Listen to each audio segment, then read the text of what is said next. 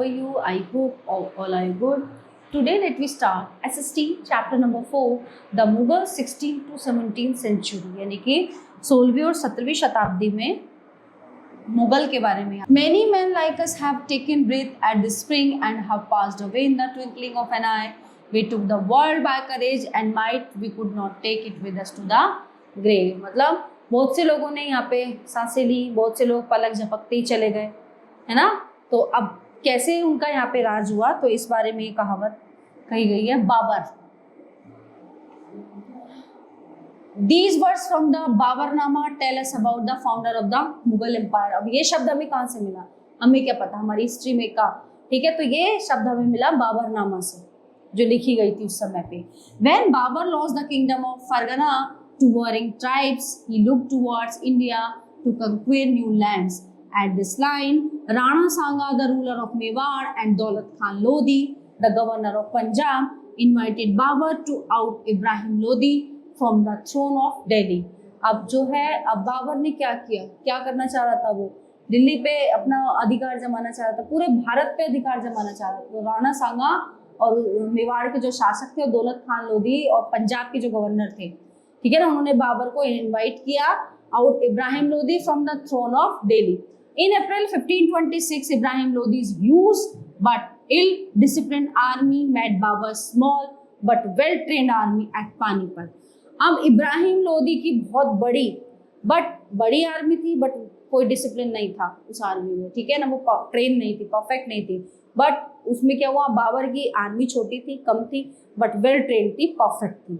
तो क्या किया, पानीपत के युद्ध में उसको उन्होंने हरा दिया. Ibrahim's army was defeated at the first battle of Panipat. तो इब्राहिम की जो सेना थी, इब्राहिम्स आर्मी वाज डिफीटेड, वो हारी कब, पहला जो पानीपत का युद्ध हुआ था उसमें जो है उसको हरा दिया गया. After capturing the throne of Delhi, Babur had to deal with two powerful enemies, Rana Sanga, the Rajput king of Mewar, and the Afghan chief of Bengal, Nusrat Shah. He inflicted a crushing defeat on the Rajputs at the Battle of Khanwa.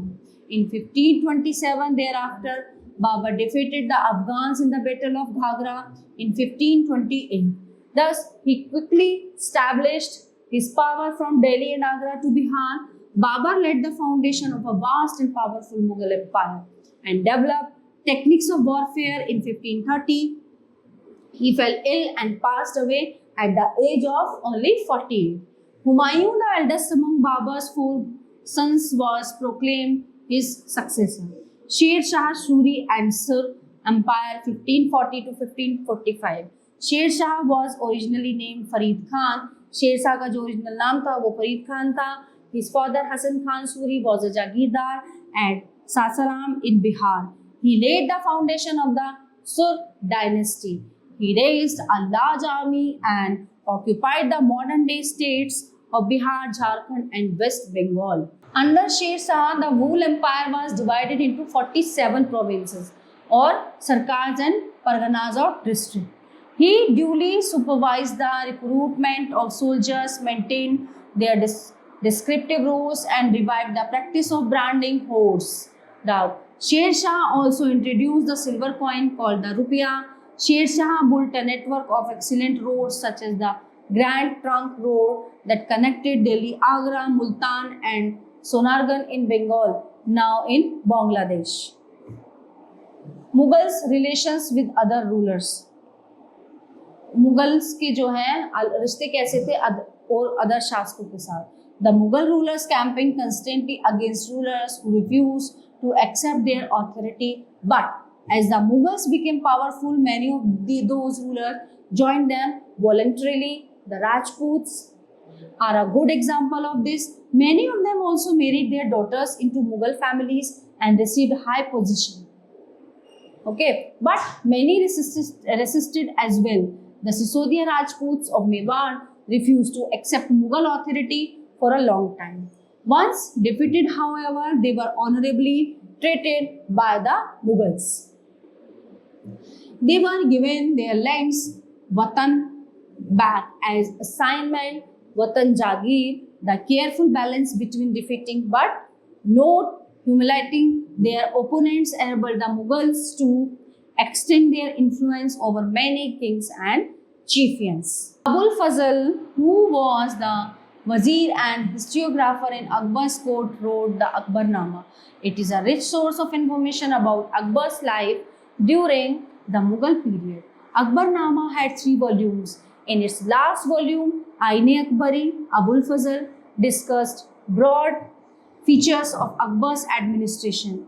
Abul Fazl explained that the empire was divided into provinces called Subas, governed by a Subedar who carried out both political and military functions. Each province also had a financial officer or Diwan for the maintenance of peace and order in the province. The Subedar was supported by other officers such as the military paymaster, Bakshi बोलते हैं जिसको, the minister in charge of religious and charitable patronage, Sadr, and military commanders, Fauzdars, and the town police commander, Kotwal. To bring about great order in military system, Akbar introduced Mansabdari system, i.e. a system that consisted of a hierarchy of ranks or offices in 1574 CE. Mansab in Arabic means rank. Every civil or military official, Mansabdar, was given a jagir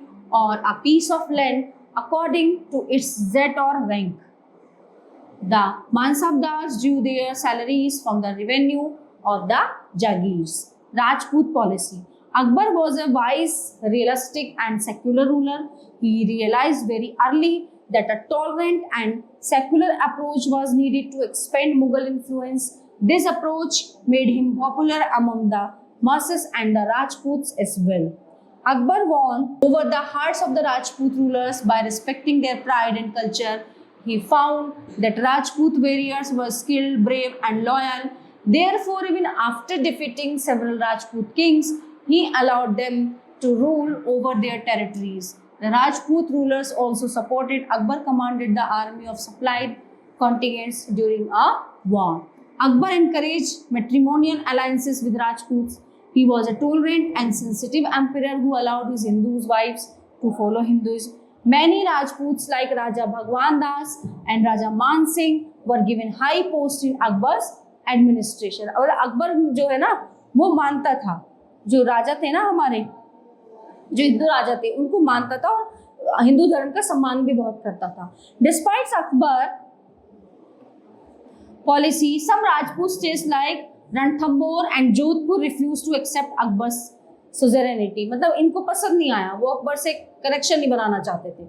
So he attacked their territories and conquered them. Akbar defeated Rana Uday Singh of Mewar and conquered Chittor. Rana Uday Singh and Rana Pratap continued the struggle.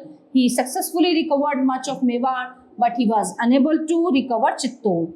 Religious policy. Akbar followed a liberal religious policy and believed in the equality and unity of all religions. जैसे मैंने भी बताया था कि सब unity, सभी में एकता होती है, सारे धर्मों को वो एक ही मानता था, कुछ ऐसा अलग से नहीं था.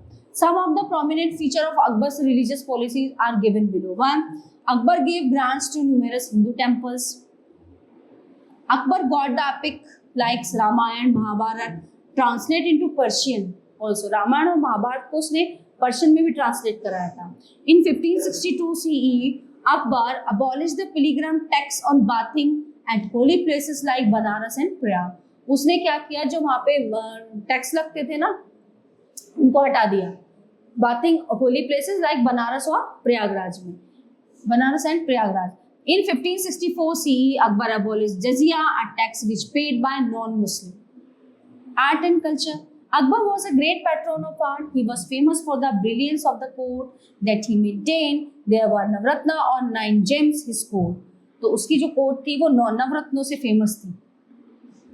They included Tansen, the court singer. उसके दरबार का कौन था सिंगर, गायक Tansen. Musician Abul Fazl, court poet chronicle Birbal. He was famous for his wit and wisdom. Okay, Todarmal, the finance minister, and Man Singh, a trusted general. Noor Jahan. In 1611 CE, Emperor Jahangir married Mehrun-Nisha. He gave her the title of Noor Jahan or Light of the World. She remained extremely loyal and supportive to the monarch. ठीक है, वो बहुत supportive थी. As a mark of honor, Jahangir struck silver coins bearing his own titles on one side, and on the other the inscription struck in the name of the Queen Begum Noor Jahan. The adjoining document is an order Farman of Noor Jahan. The square seal states command of her most sublime and elevated Majesty Noor Jahan Padshah Begum. The round seal states, by the son of Shah Jahangir, she become as brilliant as the moon. May Noor Jahan Padshah be the lady of the age. Next one is Shah Jahan. Jahangir's death started a war of succession amongst his son. Finally, Prince Khurram successfully occupied the throne in 1627.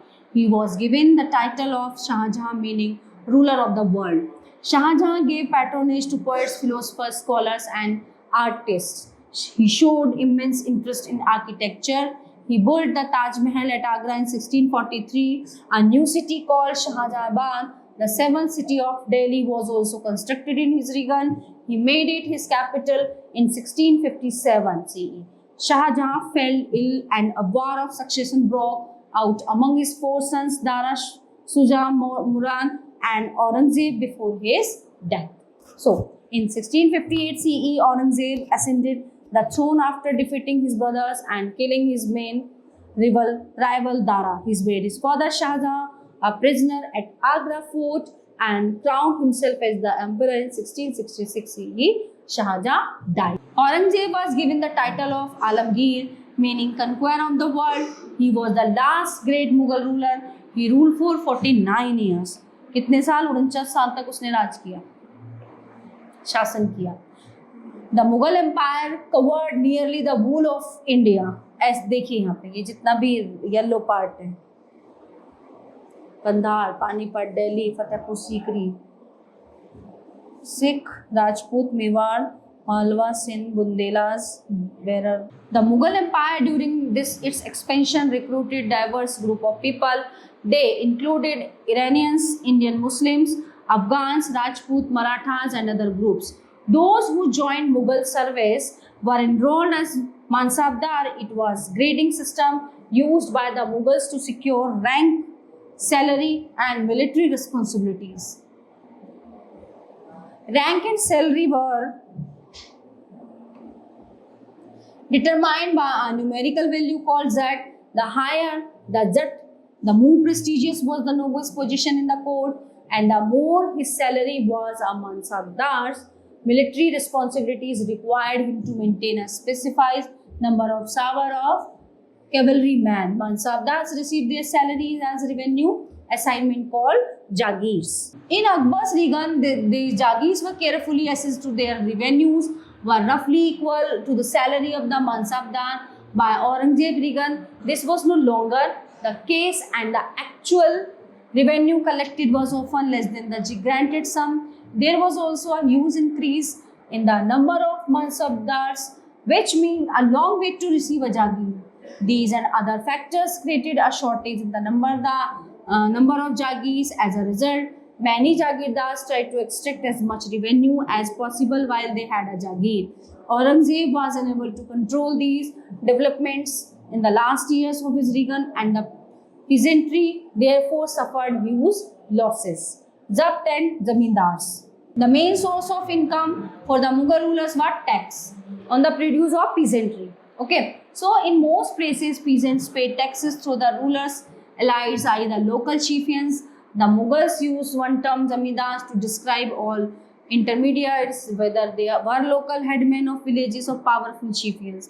Each province was divided into revenue circles. This revenue system was known as Jabt. It was prevalent in those areas where Mughal administrators could survey the land and keep accounts. The Zamindars exercised a great deal of power.